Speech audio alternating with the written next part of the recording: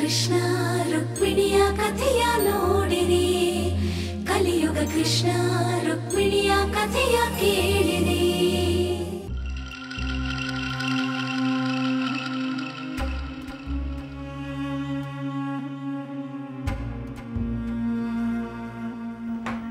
ಅಜ್ಜಿ, ಯಾರ ದಯೆಯಿಂದ ನಮ್ಮ ರುಕ್ಮಿಣಿ ಬದುಕೊಂಬಿಟ್ಲು.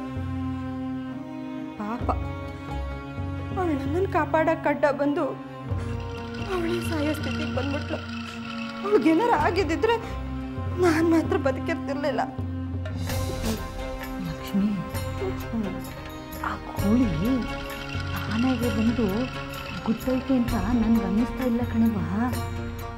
ನಿಮ್ಮ ಅತ್ತೆನೂ ಕಾಳಿನೂ ನಡ್ಕೋತಾ ಈ ರೀತಿ ನೋಡಿದ್ರೆ ನಿನ್ನ ಗಂಡನೇ ಏನಾದರೂ ಮಾಡಿದಾನೇನೋ ಅಂತ ಅನ್ನಿಸ್ತೈತೆ.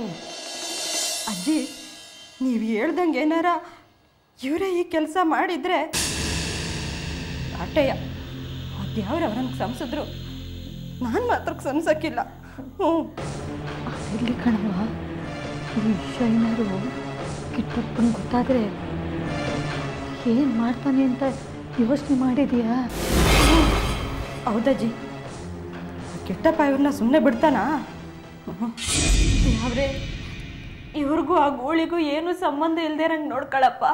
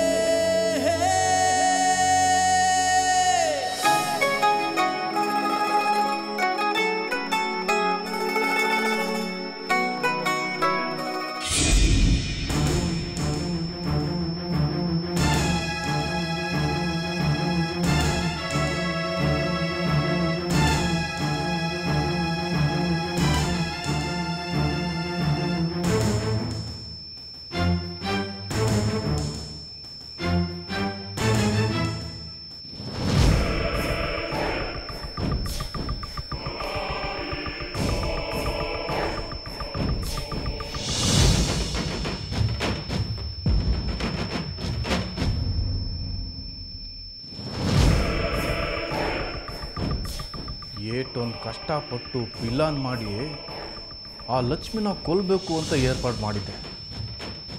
ಅದನ್ನು ನೀನು ಹಾಳು ಮಾಡಿದ್ದು ಅಲ್ಲದೆ ಈಗ ನೀನೂ ಬದುಕ್ಬಿಟ್ಟೆ.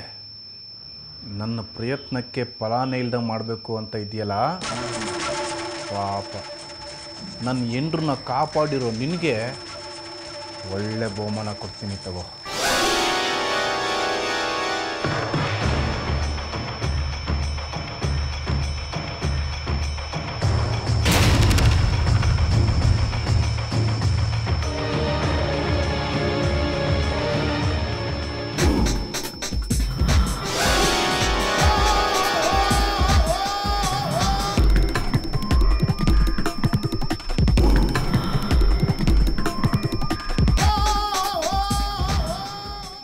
ನಾವಿಬ್ಬರು ಸಂತೋಷವಾಗಿರಲಿ ಅಂತ ದೊಡ್ಡವರೆಲ್ಲ ಸೇರಿ ಈ ನಿರ್ಧಾರ ಮಾಡಿದ್ದಾರೆ.